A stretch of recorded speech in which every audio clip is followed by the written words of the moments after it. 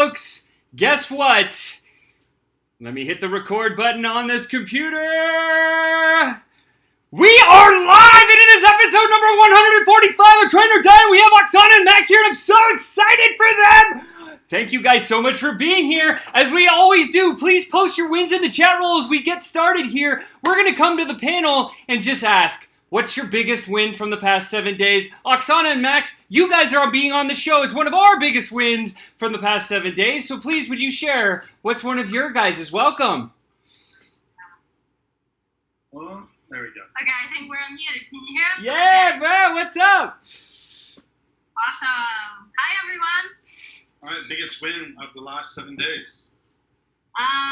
We have just finished a 5 months crazy trip all around the world. We finally made our way back to Costa Rica, sort of our semi-home base. We hit the beach and got tan. Yeah. That's a good win, right? That's an incredible win. Super excited to have you guys here with us tonight. You guys are obviously the keynote, the big deal, the big kahuna. So we're going to save that for the end here. Let's go to Mr. Chris, the idea guy, the co-host, the man with the beard. With the beard. Yeah, what's up, digital geniuses? Hope your week is off to a great start. Thanks for coming and hanging out with us this week. Big win for me is I think I finally broke down on the laptop situation. I got a 2012 MacBook Air. This thing, good old faithful, has been doing awesome. It's just not like I need more power. And so I'm in the market for a laptop. Been shopping. I think I found one. Sunday I think it's going down, and then Monday we'll find out if it's for real. That's a win for me. Share your wins in the chat. We'll be reading out in just a little bit. Let's keep this thing going. Aaron, you're right below me. There's two Aarons. The one that's right below me is the unicorn Aaron. So it is you this time. The unicorn. Yes. So let's hear some wins from you. I don't know if I'm ever going to get used to there being two Aarons because everybody's generally always talking about the other one, and I'll always be like, oh, I think it's me. Then it's not. My win is that I have my tea with me today. It's like a great excuse to bring tea on Train or Die. Another one is that my second position just hit 6A today. Woo! So that is going to be a fun little bonus. But yeah, I'm super, super excited.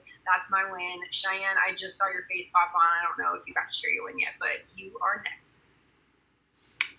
I also have a bonus coming my way. Woo! Aaron and I are doing awesome this week. I think my win last week was getting a new laptop, but my win this week is figuring out how to use a newer Mac, because just like Chris, my Mac was the 2010 MacBook Pro, and that sucker did awesome. It is 2019 now. I had it for 9 years, and I just caved and got this new laptop, and I'm learning how to use the touch bar with the new MacBook Pro and all these other fun features. I'm loving it. So learning and getting up to date with new technology is my win for this week. The other Aaron, have you gone yet? No? All right, let's hear some wins. I have not. So I would say the biggest win this weekend is multiple faceted. We had another 5 successful days of filming for the Race to 100K in San Diego, with the team who all attended the Magic Convention and came back with some just mind-blowing takeaways. It was absolutely amazing, all the while going through probably the most difficult replay of my life, which I'll be sharing with you guys at some point in the future. That is awesome. Can't wait to hear that story. I know your stories are always epic and just blow my mind every time you talk, so I love that. Anyways, let's go to my favorite Canadias. Will and Paige, what's up? Hey guys, what's going on? So I think our biggest win this week is getting out and doing some family exercise. I'm going on a family bike ride. Kind of challenging with 3 kids as young as we are, but we've got a trailer behind one bike and we've got a baby seat picked up on the other one. So we are just rocking the fitness at the moment. So as you can tell, I'm sweating. We literally just ran inside. So that's our biggest win.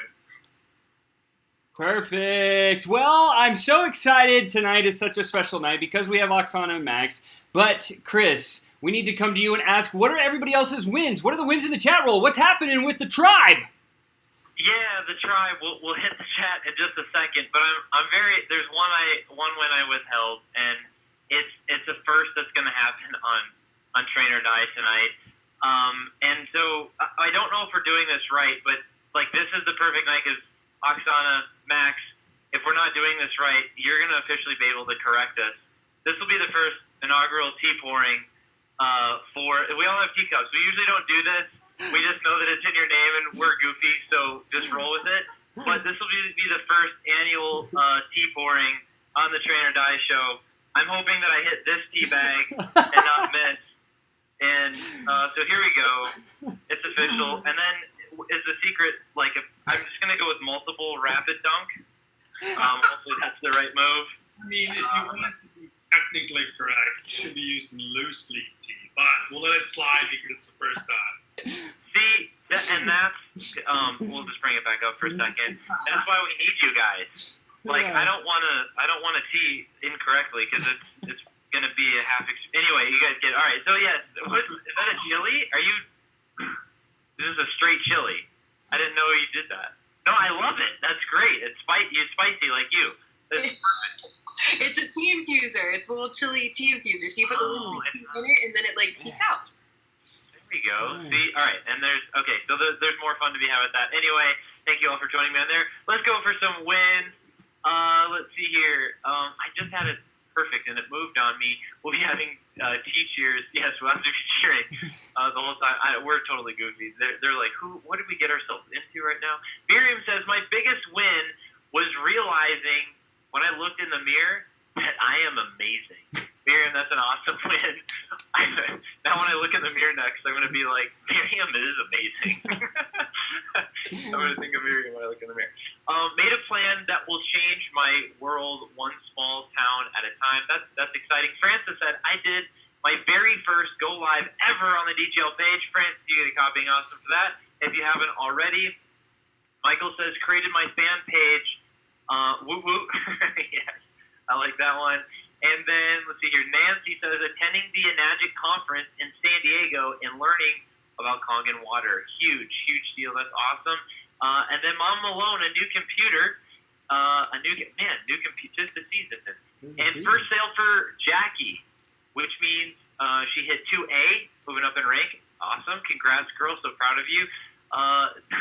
This is Mom Malone saying that. And lots of leads for the rest of the team. That's awesome. My win, I'm the genius of the week. No big deal. That's awesome. And that is Alexia. And, okay, man, there's a lot of wins. These are great. Let's see, a couple more. Guys says, my win. 2 video ads done in 1 week. Awesome. Guys, thank you for sharing your wins. Keep them coming. We'll be reading them. I'm going to kick it back over to you, Sean. All right, guys. It is time to dive into Pick a Number panelists. Since Oksana and Max are here, here's the game, guys. You get to choose a number between 222 and 1,111. Don't tell us what it is, but 222 to 1111.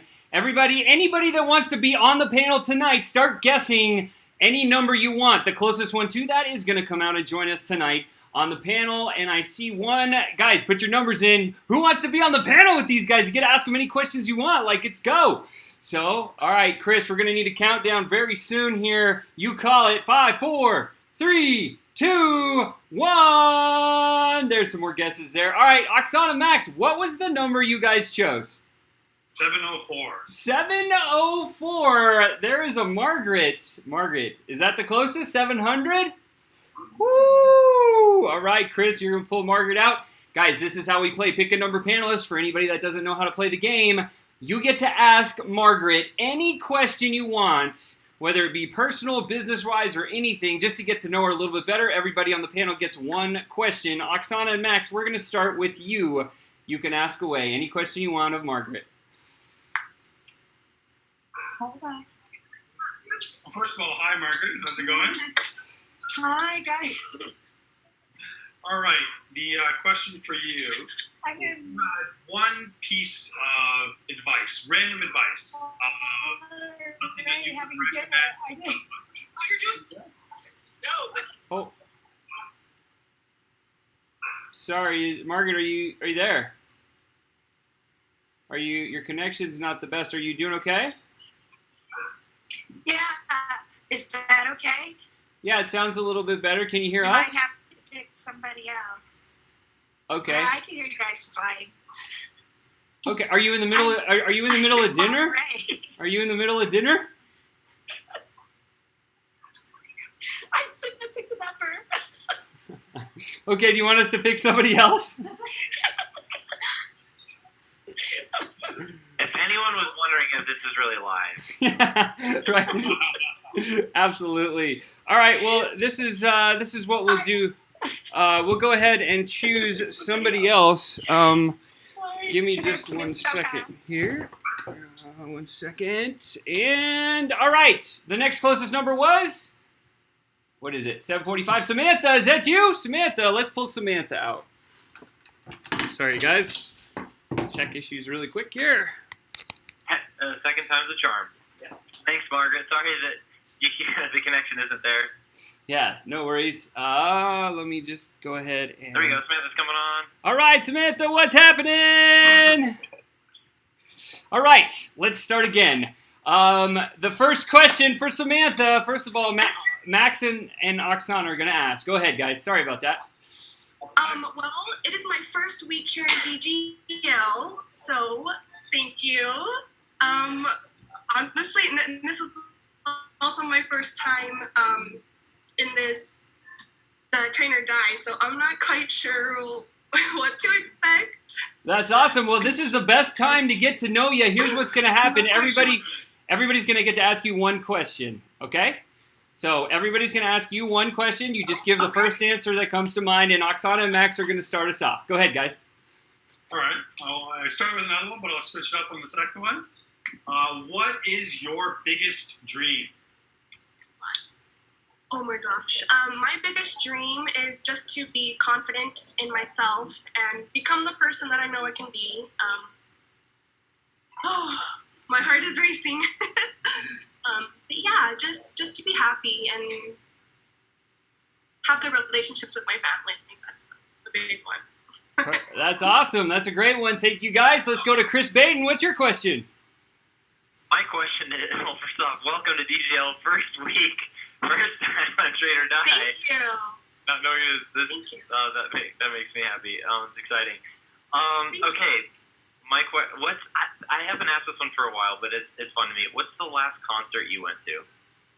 The last concert I went to, oh my gosh. It was a Paramore and Fall Out Boy concert. Right on. We got some fans there. Cheyenne's all about it. Nice. All right, we'll keep it moving. Aaron. Oh, I did it again. There's two Aarons. I went with Unicorn first. We'll go with Aaron Ellis this time. All right, Samantha. Summarize. What is your why? Ooh. My why? Well, I'm kind of... that's hard. That's a hard question, really. I've kind of... My why is kind of changing. I want to make a better life for my mom. My mom is like my biggest fan, my biggest hero. Also, just to be proud of myself and doing things myself. I was just telling Celeste here that, yeah, I just want to be proud of myself and proud of the things that I know I can be. I mean, it's probably going to be changing, multiple times. But right now, that's the main why. Perfect. Let's go to the Unicorn. What's up? Guys, this is so exciting, and I'm bouncing up and down over here, and nobody else knows why other than Cheyenne, Celeste, and Sammy. But Samantha and Celeste actually live in Vegas, and I got to meet up with both of them back whenever Celeste first got started with the Magic, and back whenever Sammy first got started with DGL. And now we're all here, and now they're on Train or Die together, and it's amazing. It's so awesome. But my question would be, whenever you leave this earth, what do you want to be known for? For my positive attitude. I mean, I'm myself, and I don't care who sees it. I don't care who knows. Just being myself and being the happy person that I am. That's awesome. Let's go to Will Page in Canada.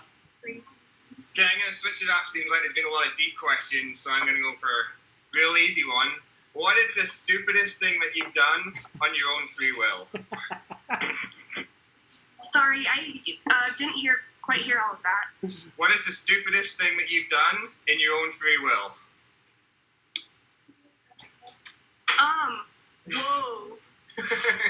Whoa, the stupidest thing that I've done.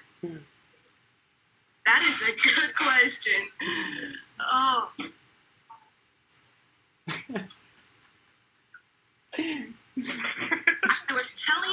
Celeste here about my previous experiences with online, trying to do the online marketing. And I think that would be one of the stupidest things I've done is I didn't look into it. I didn't have any knowledge about it, I didn't know anything about it. And so I think that's what was a stupid thing when I just kind of, stupid thing that I did. I don't think that's stupid at all. It got you here, right? So you are here because of that. So super excited to have you. Paige, your question. Yeah, I've got a two-part question. What is your favorite time of day and why? My favorite time of day, I like nighttime. Nighttime is just me time. I lay in my bed. I love my room. My room is like my comfort zone. So like I do puzzles at night. I read. I listen to music. It's just I love nighttime. Awesome. And of course, last but not least, never ever in a million years, Cheyenne. What's up, girl? Hey guys, what's up, Sammy? Okay, so my question is, if you could eat one food for the rest of your life, what would it be? Ice cream sandwiches. Yes, I love ice cream too. Would it be like the cookie ones or the Oreo ones? Like anything? All right, I love it. Yes. That's awesome. All right, well, check it out.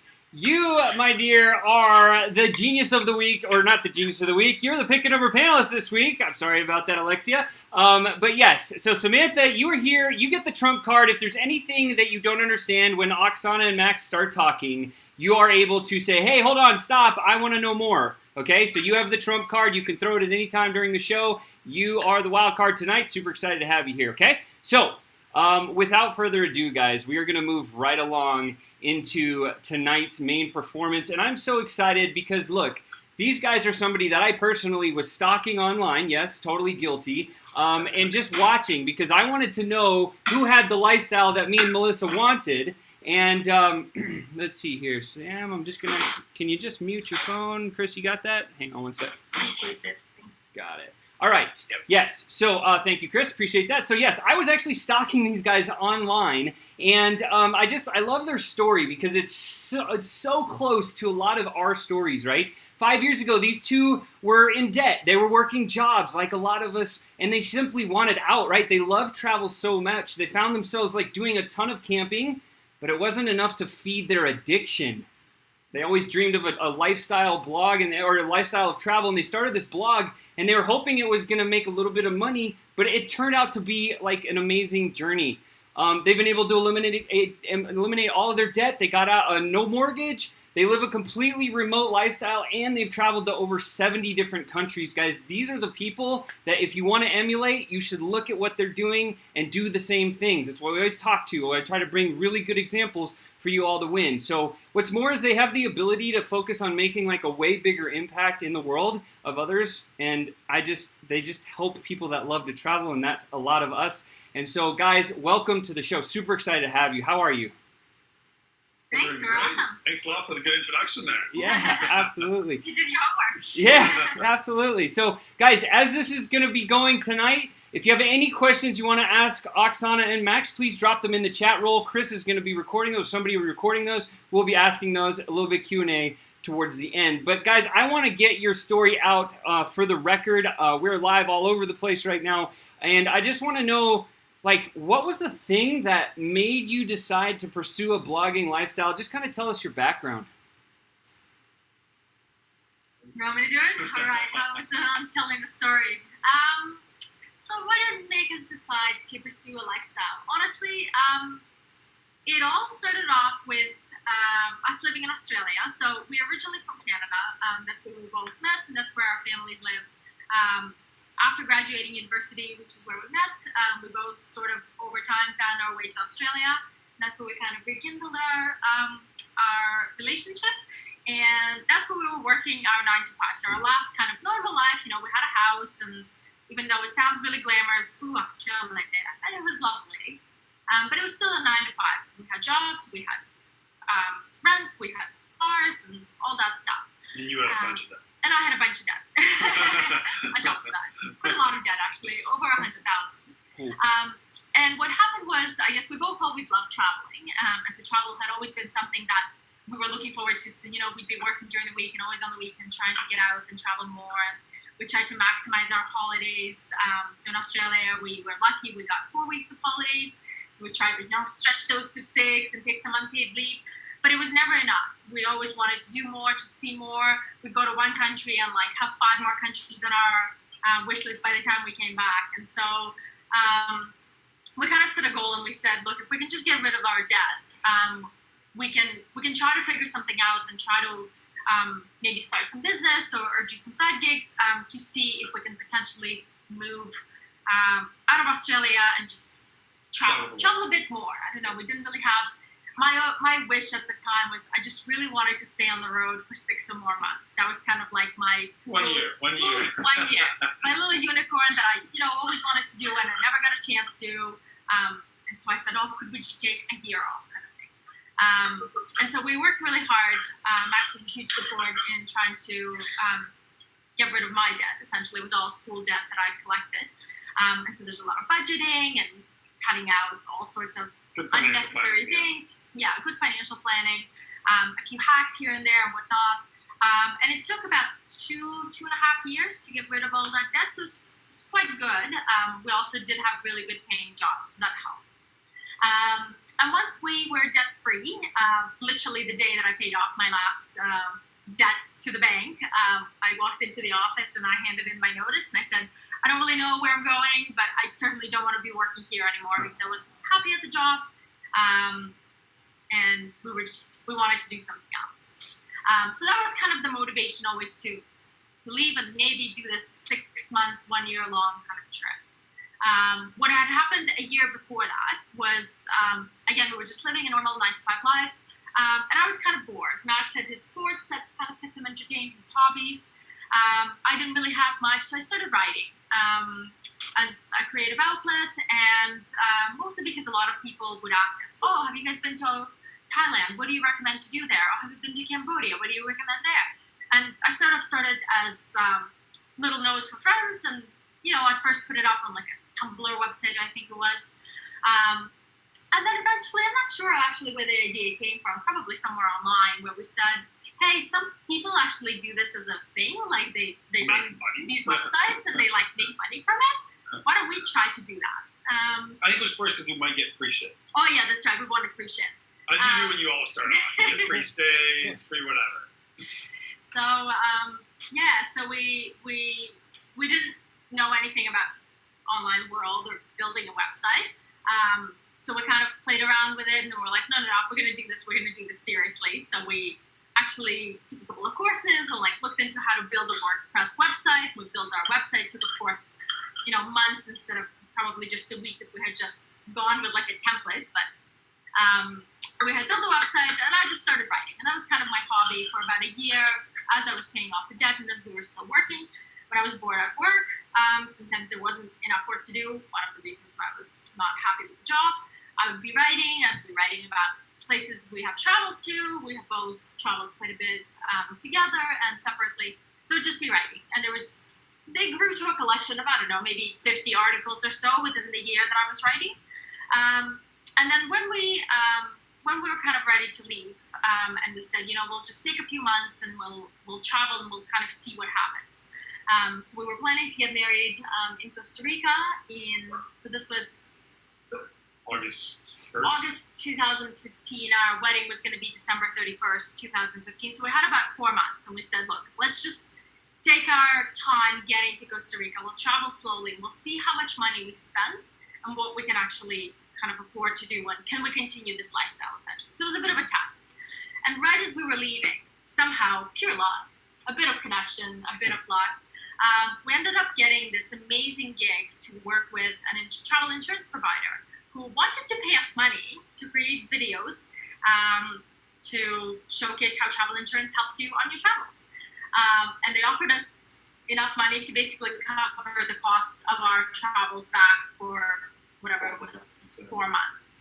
So that was a huge, probably the single biggest thing that kind of propelled us forward, because we said, look, holy shit, if we can do that, and our blog is so tiny, and we'll collect so much content as we go traveling, we could probably build it up more.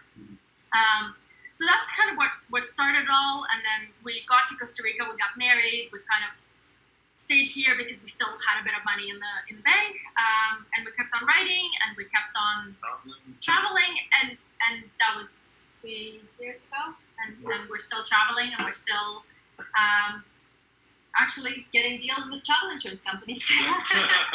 That's crazy. That is an amazing story, and we're going to dig. Any of the panelists that have any questions, all you got to do is just jump in after they finish answering, and please ask away, right? Because this is a panel questionnaire for these guys. So I just want to know, like, you talked about, like, a little bit of luck, a little bit of networking to find that deal. Like, can you expand a little bit more there? Because I think people are interested in this lifestyle, but they just want to hear from someone who's actually done it. Like, how did you get there to have that ability to, a little bit of luck, a little bit of, like, network? Well, I mean, before the luck and network, it's always hard work. Like, no matter what thing you're going to do in life, you have to put the effort into it. And like Oksana kind of stressed beforehand, is that she worked pretty much as a second job on the side before we left. So it wasn't like we left our jobs and she's like, oh, I'm going to pick up job. Write a few articles. So no, it was really, it was a second job. So, even though the blogging wasn't something that could sustain our lifestyle at the time, her job was sustaining, her lifestyle. She still wanted to work on something on the side that would then become her primary income source.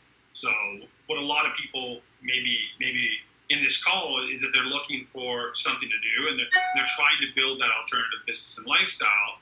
And it's not always about jumping into it and leaving everything behind, but there is that avenue where you can work and put a lot of effort into it while still having a bit of the security that some other money might be coming in from somewhere else. Yeah, totally. That makes sense. So to answer your question, what happened was essentially when we first started the blog, basically our followers were friends and friends of friends. And one of the friends of friends that ended up seeing that, we were going on this trip worked for the travel insurance company. And they had reached out and they said, hey, we know you're going on this trip. Are you interested in working with sponsors? And we were like, sure, you want to pay us money? Why not? And then they had asked us to do these videos, and we were like, yeah, sounds like something we could definitely do. And so that's what we mean by a bit of luck. It was someone that wasn't in our immediate network, but friends of friends. And the only way that he saw something about our trip was because of the blog. Makes sense. That's awesome. Definitely. So network's important, yes? Absolutely. Yes. Yeah, for sure. I want to talk, I know you guys talk a lot about hard work, dedication, commitment, persistency. Can you just share a little bit, like, what is it like as you're starting to get from the kind of the 9-to-5 life into the awesome life where you guys are at right now? Like, talk about the workload, the dedication, the commitment. I think that's important for a lot of people to know, because a lot of people think, oh, like, they're an overnight success, when I know you guys aren't that. So, well, to be honest, 9 to 5 turns into, 8 to 11 at the beginning for the first couple of years. 11 at night. Just to clarify. We work really hard on long days because, the more content you put out, the more opportunity that is that someone will see it and something will happen with it. So it was all about work. We definitely worked more hours while travel blogging at the beginning than we did at our 9 to 5. For sure. But that was time invested in ourselves, not making money for someone else. Yeah. So all the time that we put in, it's like you're putting in time with interest, and that interest is eventually going to pay back because you're investing in yourself, not in some other person's pockets. And for the longest time, for the first 2 years maybe, we were doing everything ourselves. And so, running a travel blog isn't just about writing. I really wish it was. But it's, you're a videographer, you're a photographer, you're an editor, you're a social media manager, you're running your own finances, you're an SEO expert, you're a networker, you're pretty much everything. Imagine a big company with 10 people working for in different roles. You are doing all those roles, and you better find the time to do them all and figure out how to do it well. So it was definitely tough. And for the first 2+ years, maybe we were doing it all ourselves.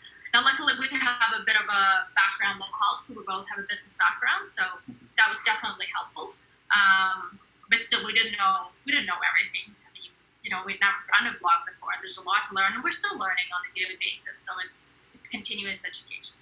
Yeah, I don't want. It's a lot of work. That's awesome. I don't want to be a question hog, and I want everyone else to ask their questions, so I see them coming in. But I have one other one that I just wanted to ask you guys. Like, what was your biggest struggle moving from like the kind of the 9 to 5 and going into this world and like physical skills? You talk about all these different softwares you have to master. You talk about all this other stuff you always guys had to deal with, wearing all these different hats. Like, what was your biggest struggle if you had one that you could choose? Personally or business-wise? Both, actually. I'll do a business one, you do personal, man. Since that's what's on your mind. I would probably say time management. Because like I said, you are wearing, 10 different hats and you have to do 10 different jobs. And to try to figure out what's really the priority for every single day when there's nobody else to like assign you tasks and tell you this is more important than this, you kind of have to figure it out on your own. So I would say, the list is always a mile long, and you're trying to figure out what to grab onto. And sometimes, for me especially, there's that feeling of overwhelmed, like, holy shit, there's so much to do, I don't even know where to start. And so I don't start. So that's probably been the biggest challenge for me at the beginning, especially. Personally wise, one that was a bit of a challenge, obviously, at the beginning, is most people, when they work 9 to 5, they only see their spouse 5 hours a day. You might say hi in the morning, eat breakfast, come back home, see each other. When you're working a life together, you see each other all the time. And those are just differences. There's a certain amount of time that it takes to get used to that, where literally we spend 16 hours together a day and we sleep 8 hours in the same bed. So like out of a year, we might spend a week apart. And it's just very different. And it's something that you never think about going into it, but it takes some time to get used to, is that nonstop commitment to each other and just being in the presence of someone else that whole time. But it's also very powerful because it allows you to bounce ideas off someone nonstop, and you almost become like one entity. Where like we call each other codependent. Some people see it as a very negative thing. We absolutely love it. So. Yeah. That's epic. That's a great answer. Perfect. All right. Erin's got her hand up, so I want to come to the panelists. Guys, what are your questions? But we're going to start with Erin, the unicorn. Erin, what's up? Hey. So there's been a lot of questions, and I feel like we've been talking a lot about your blog and that it's a travel blog, but I creeped on you guys super hardcore, and you guys do a sustainable travel blog, which I think is so interesting. And me and Cheyenne, I literally told Cheyenne that she was going to love this, because me and her focus a ton on sustainable travel and stuff like that, and our teams are actually really, really, really big into sustainability and the environment and stuff like that, and traveling a ton. So I was just wondering kind of like why you guys specifically chose that niche and like how that came about. So the blog wasn't always about sustainable travel. As most people that start out with a blog, we did budget travel because that's how we were traveling. We only had, enough money. $100 a day was actually our budget. That's right. We earned enough money for kind of a budget hotel, sometimes a hostel, sometimes it was camping, whatever it might be. And then we couldn't really afford to do much more. So that's what we wrote about. We wrote about budget tips and whatnot. And over time, obviously, as our blog continued to grow and we started making some income from the blog, we had a bit more flexibility with our finances, and we were able to kind of afford to stay in slightly nicer places and whatnot. But on top of that, the more we traveled, the more we realized the impact that unethical, unsustainable travel can have on destinations. Sadly, we've seen a lot of bad examples. We've seen some good ones, but bad ones are more often the ones that kind of stand out in your memory. So we've seen a lot of those, and we kind of decided that, if we are going to be this, voice out there in the corner of the internet, and if we are going to influence someone to, go somewhere and do a particular itinerary or a particular trip, we might as well give them some tips for how to do it in a better way. So for us, sustainability is threefold. We always talk about it not just being green, because that's how a lot of people define sustainability. So it is green, so eco-friendliness and the impact on the environment. But it's also impact on the communities. So travel often has a very strong positive impact on the communities if done in a responsible way, where people can be employed in the tourism sector and they can benefit financially and economically from tourists coming to their country. And then the third one is preservation of culture. So we feel like that's a very important thing to maintain and to help develop. And as tourists, we have a role to play in that. So if we participate in more cultural activities, then we give locals a reason to preserve that culture and to continue developing it, if nothing else, but for the sake of tourism. That makes me so happy to hear. You're going to make Cheyenne cry over there because people actually wanted to start this business. Thank you so much. That is awesome. I know there's a bunch of tips, or not a bunch of tips, a bunch of questions in the chat, so I'm not going to hog up you guys' time because they're really good questions and I want the answers to all of them. Yeah. Chris, are you in a place where you could read one of the questions out of the chat roll? Yeah, and you guys keep them going in. I'm literally, if you guys see me like, I'm doing that. I'm copying and pasting them over on the side. The first one we got was from Alexia. She says, "Is there a story behind your name, Oksana?" I guess that's a very popular question. Yes, so I came up with the name. No, your name, Oh, Oksana. my name, not the blog name. Yes. I thought people We would asked like to hear both. But the first question was, and hopefully I'm saying it properly, Oksana. Is that correct? It's Ukrainian. I was born in Ukraine, so I did not have a say in my name. I had a say in the blog name, but not in my own name. I was just like, oh, you just made up Oksana. I was like, oh, this is even better. Actually, you can do that in some countries. Just show up and change your name. I considered that a few times. No, it's a very common Ukrainian name. My parents chose it, and that's, Named after a very really famous. Oh yeah, I guess figure skater, sort of. Yeah. Sort of famous figure skater, right on. Okay, that's one question. Another question that came through. Actually, I typed this one in. You're talking about your video team, and actually, let's go to where you started videoing and you're doing it yourself. What video equipment were you using? Because a lot of us are just starting out, and so we're in that phase and still need to generate content. Yeah, so for us, it was actually pretty funny because we did the classic fake it till you make it because we sold video and we had never produced a video before. So with this travel insurance company, part of the deal was we put together like a three package deal. One was whatever it was, 2,000, and the other one was double that, and the other one was double that, and the top one had all this video content. Because video was hot, right? This video was getting hot, and we're like, well, let's just put it in there. If anything, it'll act as a little price anchor, and we might get the middle one. But they took the big one, and so we're like, oh shit, now we gotta learn how to make video. At the time, we were shooting with our Canon 6D. It's just a standard full frame camera, and we had just bought a Sony mirrorless camera, so we just used that. And honestly, compared to what video can do now, you can record a good video with an iPhone or any modern Android phone. There's very, very little difference in that professional gear.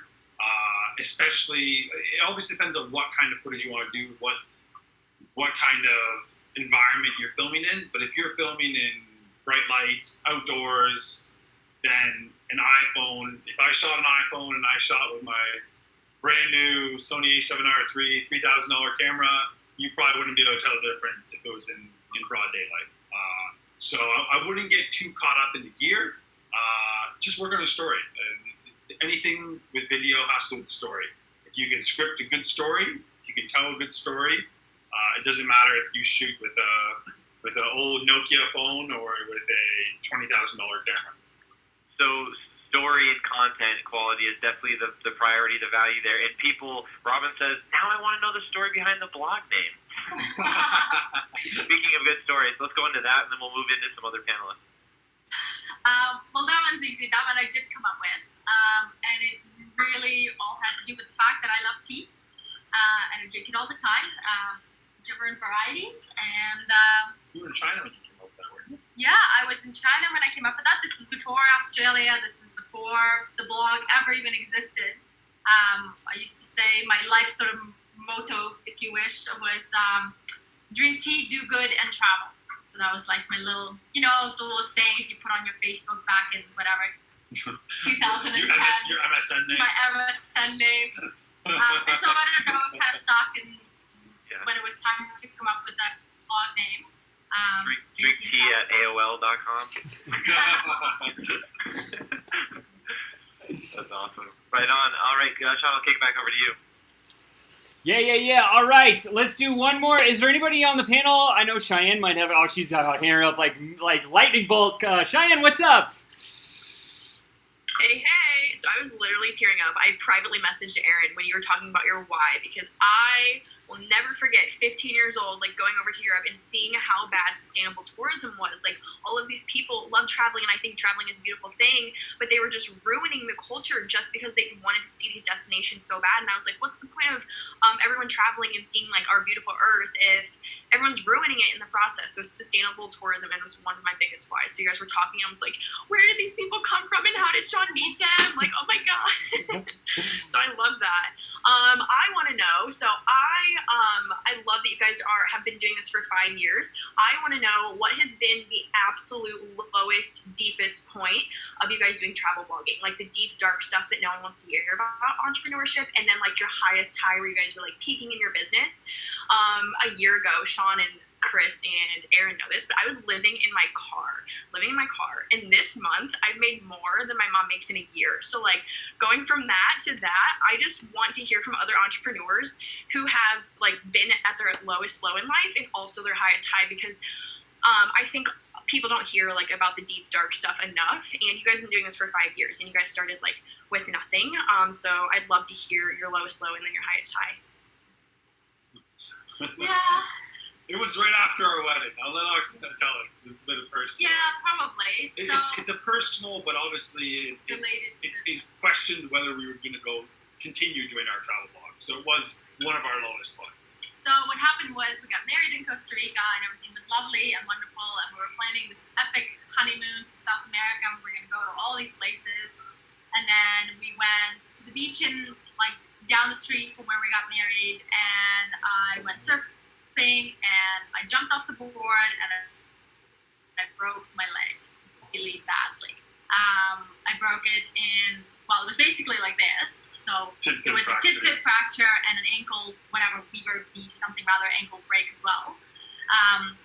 And the second it happened, I looked up at Max and I said, do you think we can still go hike Machu Picchu in a month? And he's like, I don't know.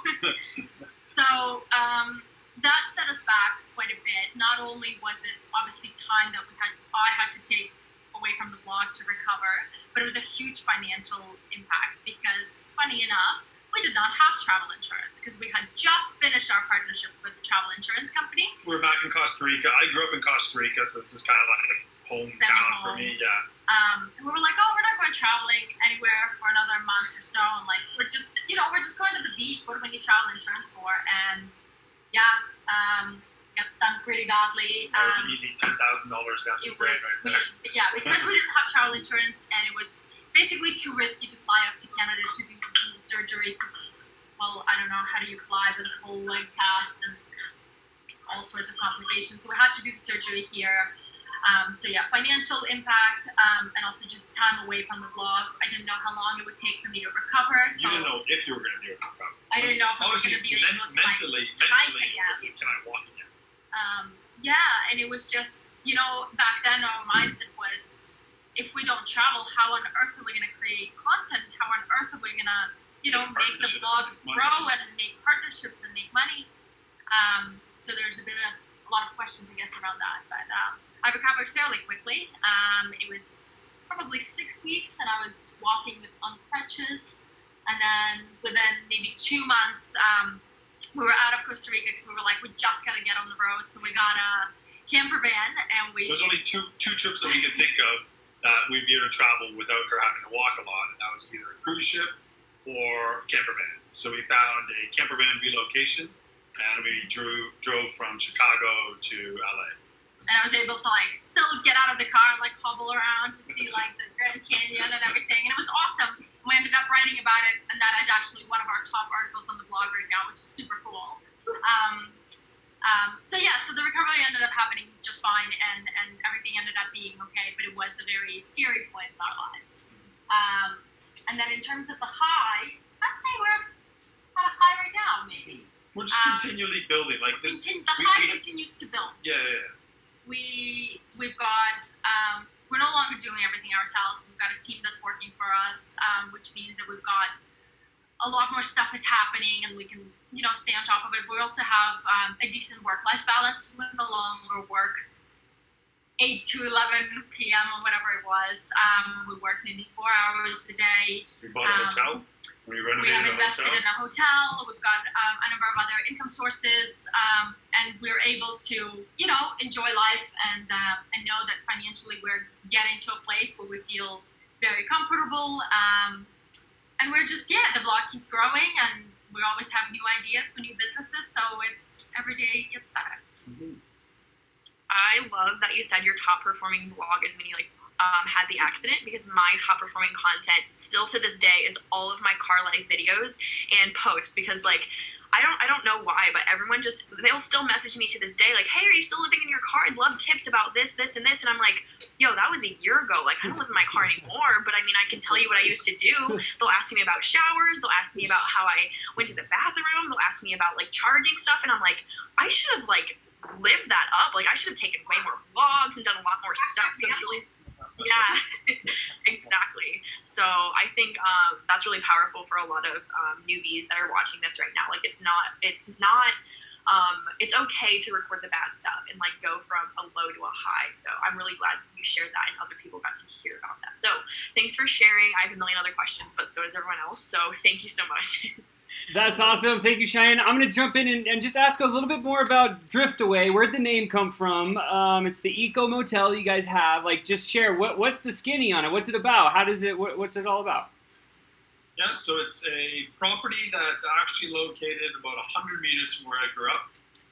So I know the area very well. And it's been up for sale for about 3 years. It used to be owned by a Cuban American. He just wanted to move back because he wanted to retire. He wanted to move back to the States. So it came up on the market. It was a very good deal. It was quite run down when we purchased it. But we definitely wanted to diversify from the blog, and also because we've traveled around the world for a long time, we've seen a lot of great examples of hotels that are doing good around the world. Hotels that get it. There's simple things you can do in the hospitality industry that can really change someone's experience while they travel. And we just wanted that opportunity to take that knowledge that we built from traveling, combine it with our knowledge of sustainability into one place. And luckily for us, the country I grew up in is sustainable. So it kind of ended up being very easy to decide to buy here, because Costa Rica obviously is a very sustainable country, and that's what their main thing is. So we bought it December 2017. Yes. Yep. And we renovated it for most of last year up until October. And the Driftaway name comes from driftwood. So there's a lot, the hotel is about 250 meters from the beach, quiet little beach with barely anyone around it. And the main theme for our hotel is driftwood. So we wanted to reuse as much wood that we could. And our beach is right in front of us. There's always driftwood there. So we started hauling pieces of driftwood back and trying to accessorize the hotel as much as we could with driftwood, because A, it looks beautiful, and B, everyone thinks it looks like garbage. So we wanted to just kind of reuse it, try to artistically touch up our hotel. And it has that dual meaning in that we want people, when they come to our hotel, to kind of drift away, to kind of let go of all their problems. The internet speed isn't great here, which is good. You just disconnect. You disconnect from the world, you relax, you enjoy some nature, and hopefully you go back feeling relaxed and charged for the rest of your year and get ready for the next vacation the following year. That's awesome. Who is the person that you would love to have stay in your hotel? Is there a demographic that you focus on, that you want to come down? Is it travelers? Is it who do you guys cater to? It's not full-time travelers, no. We'd love to cater to them, but our internet here is not good enough for that. So digital nomads do not come here. It is, your regular family, couple, group of friends, mostly from North America or Europe, who are a bit more adventurous. So they're not the type of people that would go to an all-inclusive resort. They are, we're in a bit of an off-the-beaten-path area where there's not a lot of tourists, but it's beautiful nature. It's, in between two great surf beaches. Yeah, when you talk about great surfing, and the things that Costa Rica is known for is great surfing, great beaches, and the pura vida lifestyle. That's kind of what this area is all about. But you have to be willing to, drive down bumpy roads and be okay with internet cutting out sometimes to really enjoy it. So it's someone who's a bit more adventurous. We've had lots of families stay here. Kids love it here. There's lots of wildlife and things like that. Monkeys waking you up in the morning. But there's also a lovely place for couples. We've had a couple get engaged at our property before, so that was really cool. And then, it's a great place for retreats. We've held a couple of retreats at the hotel as well. Yoga retreats, business retreats. So it caters to a number of places, and we're trying to make it a wedding destination. So if anyone's getting married and looking to have a wedding on the beach, come talk to us. It's the beach we got married at. It's got good vibes. So good. It seems like a whole bunch of people in the chat roll want to come down and visit you guys, so that would be awesome. So right on, that's super cool. Speaking of artistic, I know we have Aaron Ellis. This guy's amazing. Super successful business guy as well as a musician. I know he said he's got a question for you. Now, first of all, you guys are the first people I've actually met who've got me beat by about 20 countries. I've traveled a lot, and I've never met anybody who's been to more places than I have, which is really kind of cool. I was like, wow, okay, cool. So what really hit me was this. I am very old school as far as relationships go. My parents have been married for 50-something years. I have one of my mentors was with his wife prior to her death for 33 years, and they spent one night apart. And the way he put it to me was that they would rather be on the same boat than moor at the same dock every night. And so my question to you is, knowing that, in my experience and all the people I've worked with, that relationships, especially romantic relationships, are the most intense and the most beautiful opportunity for growth for ourselves, which in turn growth for our success in every aspect of life. How has that been? You guys touched on that, but has it been a struggle? Can you give any gold nuggets for people on, because in this day and age, people are kind of just one thing comes up and they're out the door. So have you guys done that, especially in such close quarters? Yeah. It's been tough at times. It's been tough at times, for sure. We always tell people, if you want to see if you are dating the right person and they're the right person to be your forever companion, go traveling with them, because nothing pulls out the best and the worst in people than a trip to a country that's maybe a little uncomfortable, maybe a little off the beaten path, and the true emotions really come out. It was hard at the beginning, and we still have our challenges. We're not, perfect in the deal.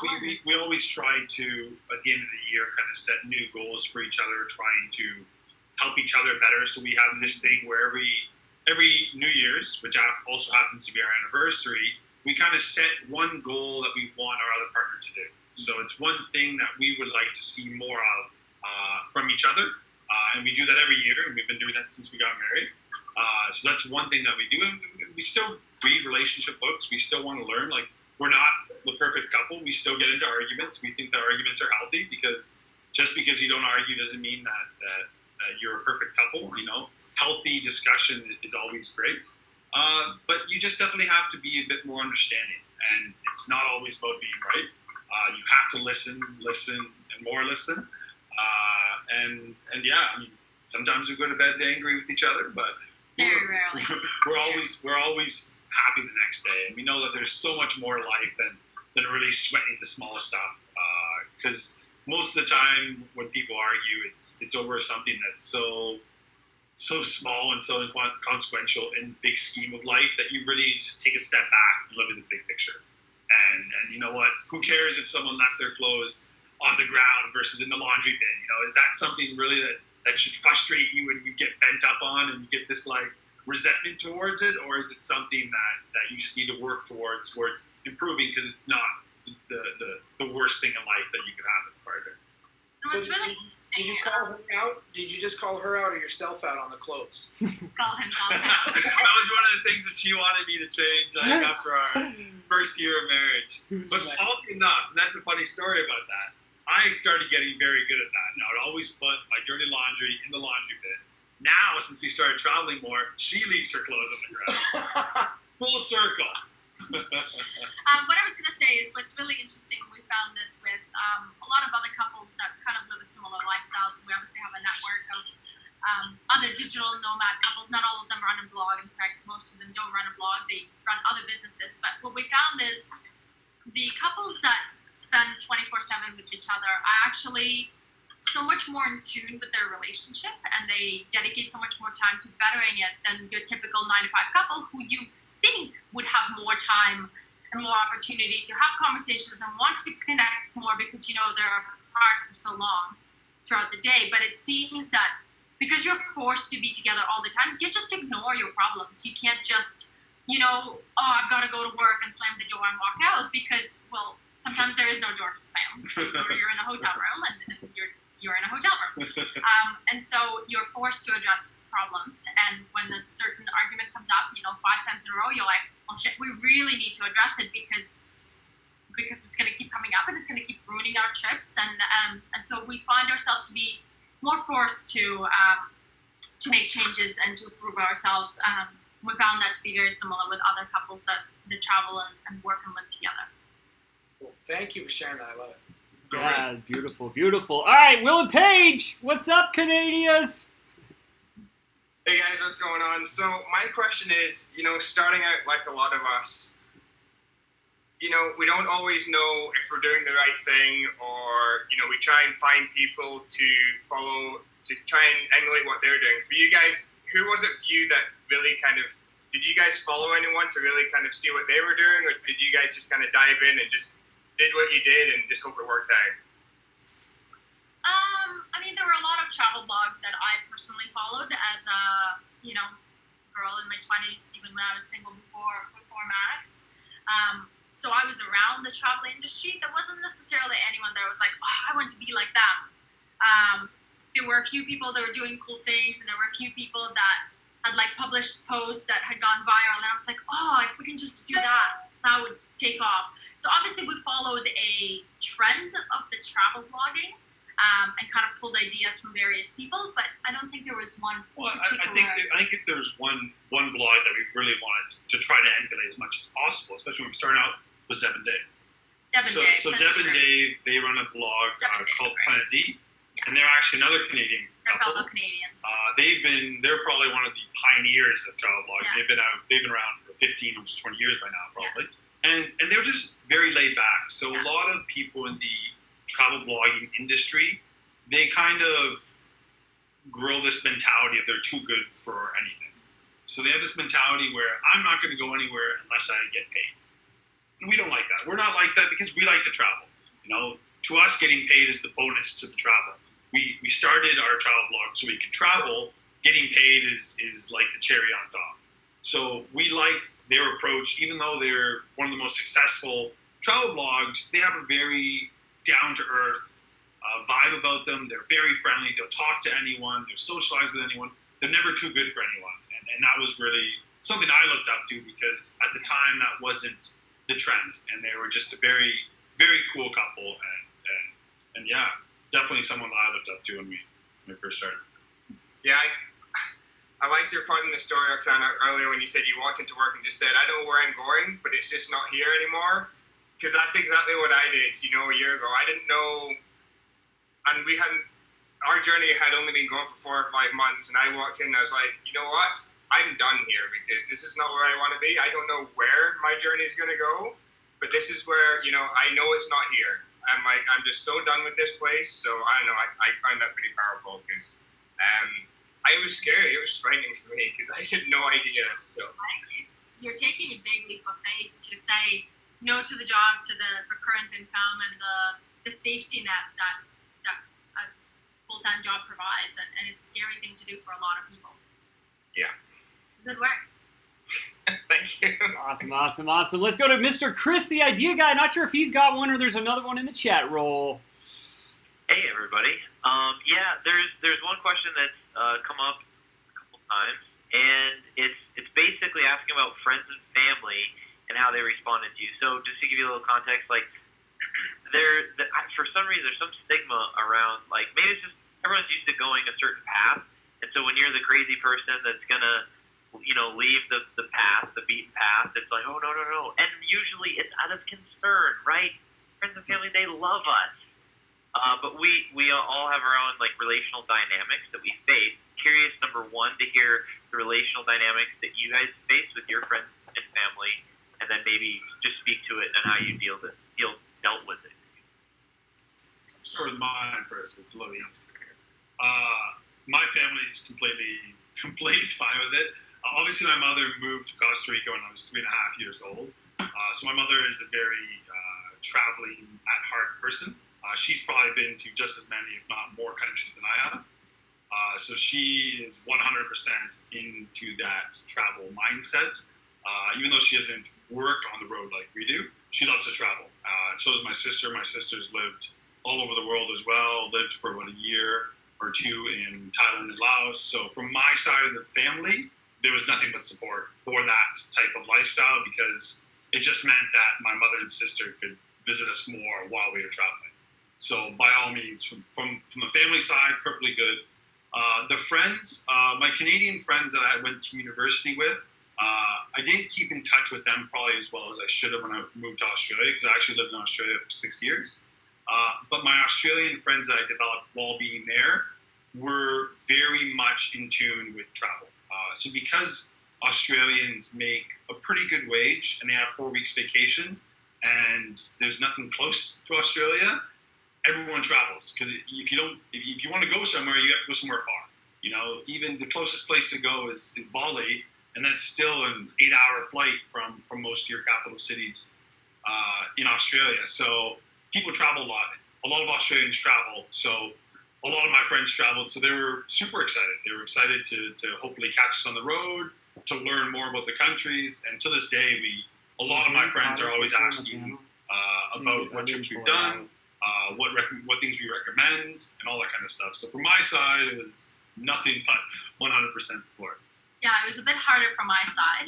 My family's a lot more conservative, traditional, if you want to call it that. My parents were immigrants, so they brought us to Canada, and all they wanted was for us to have a university education and good steady jobs and climbing the ladder and all of that. 9 to 5 pension. So when I first left Canada to go and get my MBA, so that was a good enough excuse for them to be okay with it. But I always thought I'd come back in a year. I didn't. I continued to travel and basically kind of got jobs first in China, then in Australia. So that was also still okay with them because, I had jobs. When I said that we were leaving to travel full time, that's when the real concern set in. And I don't actually know if they had gotten over it by now. I think they have. They did. I think once we sat them down about a year after we had been traveling. Maybe 2 years after. They kept asking, like, oh, when are you guys coming back? When are you settling down? And they still ask that. Yeah. Like, oh, where are you going to get a house? But Where they're are you not going to raise your concerned. They're not children? concerned. But they're Yeah. expecting us to still, finish this thing that we're doing, which, of course, we have no plans to finish this thing. This is life now. So they were a lot more concerned at the beginning. And it took us a couple of years to actually, it took a couple of really good conversations, but we basically explained to us what the financial side of things looks like, because like you said, they were just concerned and they just wanted to make sure we were making enough money and we were going to be able to continue living and having the lifestyle that we have. So once we explained that to them and how we were making money and everything about the online world and things like that, they were I think on board, but they still ask to the day, so where are you going to buy a house? Where are you going to raise your kids? We're like, cool. I like that. It's like, oh, they're still doing it. Yeah, just we'll get over it. Just give us another 35, 40 years or so. A recommendation for anyone that might want to do that in the future is just tell your loved ones it's just a thing you're going to start off doing. Yeah. So one of our good friends did this. They just said, we're going to travel for a year. And they did this whole little video series on what to pack for a year, what to do, all these kind of stuff. Even though they knew they were going to travel for more than a year, they did that. And it gave their family peace of mind that they were only going off for a year and then they'd be back. So they planned, they saved, they did all this kind of stuff. This is our itinerary for a year. And now they've been doing it for 2.5 years. And they were like, oh, we're going to stay for one more year. Yeah. Oh, by the way, we got a house in Bali, so we'll stay for one more year. Yeah. But it started off as just staying a year. Even though their intent was not a year, they said that to their family and friends so they weren't too worried about them not being able to make it or anything else. Perfect. Bring it to them easy. Yeah, for sure. That's awesome. All right, I got 2 more questions for you guys, and we're going to do takeaways from everybody on the panel. My first question is, I just want to know from your guys' perspective, where's my questions? I wrote them down, and they're so good. Hang on one second. Oh, yes. This is probably the most important. Before I ask my last question, where can people reach you? How can we follow you? What's next for you guys? So you can definitely follow us on our blog, so drinkteatravel.com, and we're on all social media, drinkteatravel.com as well, or sorry, at / drinkteatravel, I guess is the what's it called, the the address. So yeah, you can message us on Instagram, you can send us emails, you can watch our YouTube videos. Watch our YouTube videos, comment on the videos. We're on Facebook as well, so kind of everywhere. We're really good at responding to emails from our readers. We get a lot of them, and it's usually advice about itineraries, advice about life. We're very happy to share that because we love traveling, we love sharing. So we love people quitting the 9 to 5 to do things they love and the passion about. So we've had a couple of definitely readers that reached out and taken our advice, and then we'll get an email being like, I quit my job, and I'm like, oh my god, so amazing. So yeah, very happy to chat with anyone. That is super awesome. Our system has actually allowed 67 people to quit their 9 to 5s in the past 2.5 years. So yeah, we're doing good too. I'm with you on that 100%. My last question is this, then we're going to go to panel takeaways. What's the impact you guys want to make on the world? Deep question. Look, I guess sustainability is really important to us. So if we can convince everyone that reads our blog. No, everyone. We're not going to narrow it down to just our readers. Everyone. To travel a bit more sustainably, we'll be happy. To every person that means different things. To someone that just means giving up cruising because cruising is really unsustainable. To someone else, it might mean, staying at a more eco-friendly hotel. To someone else, it means packing your own reusable cutlery instead of using plastic ones. So it's completely different for different people. But I think if everyone just takes one little step towards improving and being a bit more eco-conscious, then we'll do really good things for the world. Yeah. One thing that we've learned, just to add to that, one thing that we've learned from our surveys on our blog every year is that about 70% of our readers, so there's about a 20% that are super sustainable. They'll pay an additional amount of money to stay at sustainable properties. They'll do sustainable tours. And there's 70% of people that want to travel sustainably, but they just don't know what it is. Yeah. And these are people that have the right mindset, but they don't know how to apply it. So those are the type of people we want to reach. People that are excited, that want to learn more, but they don't know how. And those are the people we really want to get to, because those are the people that's that huge demographic that we can reach, and we can help them travel more sustainably and help them become advocates for sustainable travel. Love that answer. Let's dive into some takeaways. Will and Paige, you guys kick it off. What's your biggest takeaway? And then pass it along. Hey, I just find you guys super inspiring. I think it's super awesome to hear your story and, how you have these ups and downs and, I struggle here and I win there and where you've come from. I think that's super inspiring. I creeped on your Instagram page last night, and it's like the most beautiful Instagram page I've ever seen. So really good job. Really good job. If you guys haven't checked out their Instagram page, go check it out, because it's just like, it flows so well together. All the pictures are like these beautiful colors, and like it's amazing. So, but yeah, my biggest takeaway was just the inspiration. You guys are awesome. So thank you. Thanks a lot. Yeah, I think my biggest takeaway is just hearing, and I think we all go through it, but here, everyone goes through this, but telling your friends and families and, having people that go against you a little bit. My family is super old-fashioned. I actually grew up in Scotland, and when I told my parents that I was leaving my farming job, because that's what my family had done forever, to move into the online space, their heads exploded, to be quite honest. They're like, what are you doing? So, to hear people like you who are super successful, have gone through the same things, just really it's just comforting almost to know that, you know what, I wasn't alone in that situation, because I don't know, it's taken probably a year for my dad to really come and start talking to me about it, and even trying to offer some assistance of what things that he can do. And yeah, because he couldn't understand it at all. So for me, that was my biggest takeaway. So Super awesome. That would be tough work. So it's good that you were able to do that. Super awesome. We're gonna do something crazy, because we always do on Train or Die. That's what it's about. Guys, lift up your teacups one more time. We're gonna drop a poll. You guys in the audience, who's got the coolest teacup? There it goes. Let us know the poll. Make sure to choose. We're gonna have a winner after this. But let's go to Aaron Markowski. What is your biggest takeaway while you're shining your moose cup? This has a moose on, just for context before you guys vote. There's a moose, there is some pine trees on here, another moose. This is from Alaska. Like I walked to Alaska to get this mug. This is how cool this mug is, guys. I didn't actually walk there. It's an edible arrangements mug. That's so cool. My biggest takeaway is just I guess like the inspiration that you're giving. Like I love the fact that like we are able to like use the internet to like spread the word. You know what I mean? Like Sammy, she's not on here anymore, but Samantha, who was on here earlier, has been following me and Cheyenne for a year and a half and just decided to get started with DGL. And she said that we talked so much about sustainability that it inspired her to start buying, reusable straws, or not reusable straws, but you know what I mean? Like metal straws and stuff like that. And she brought me one to the coffee shop the first time we ever met up. And she just posted in the chat that she gave reusable straws and metal straws to all of her coworkers at work just so they could start using it. Like it was literally just because she followed me and Cheyenne.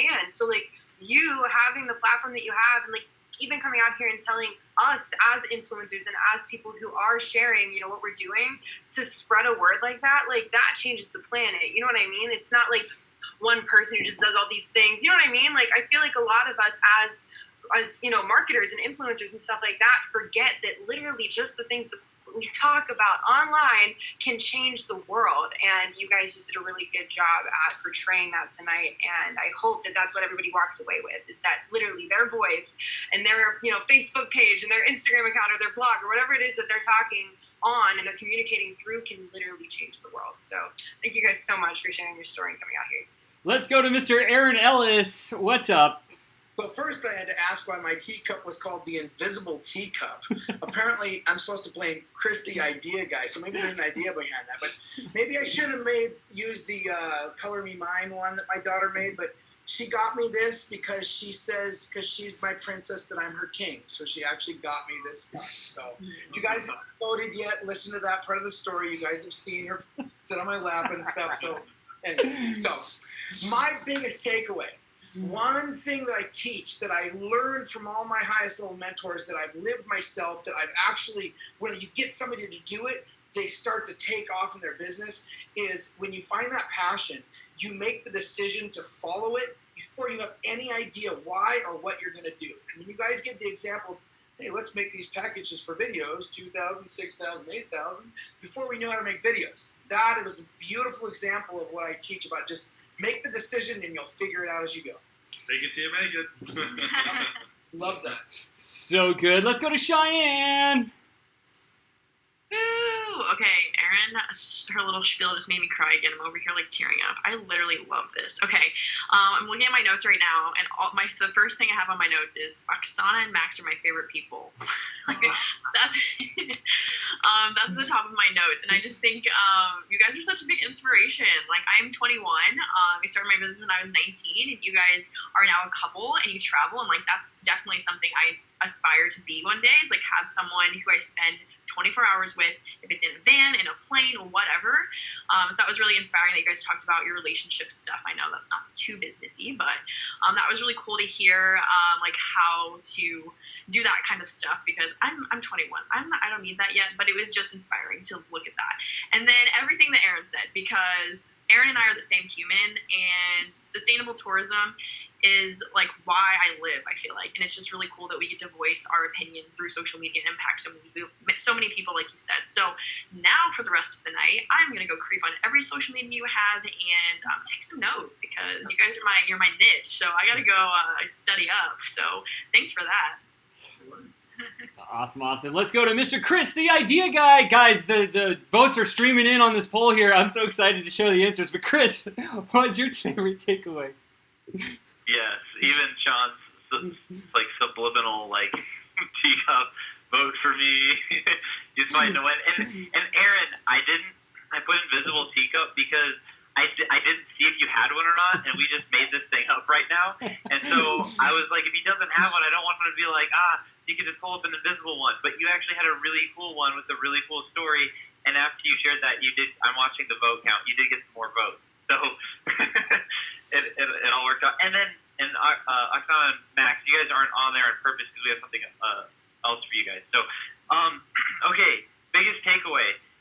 What I thought was really cool is, I believe that we all have like a certain gift, talent, ability, in us, certain light in us to shine and share with the world, and but not all of us have necessarily the courage to follow it for whatever reason, justifiable, right? But what I heard in your story was I don't know how, but I'm gonna do it, and then the commitment and the consistency behind it, and so this to not know, and then to see, it turns out in your particular model, there's obviously different paths and ways to do it, but the travel agency are like, hey, here's one way, and then it continues. It's not just that, it continued to build. And so allowing yourself room in your life and committing to that, kind of stepping out and doing it.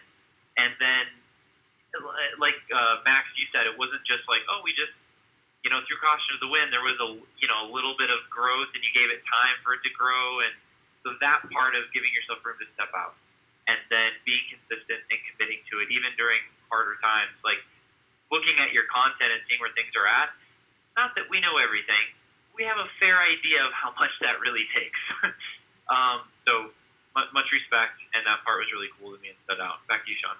All right, before we drop the challenge on the best teacup, here's mine again. But I just wanted to, say my biggest takeaway was this, guys. When you got to that part in your story where you're struggling, it was Cheyenne's question, amazing question.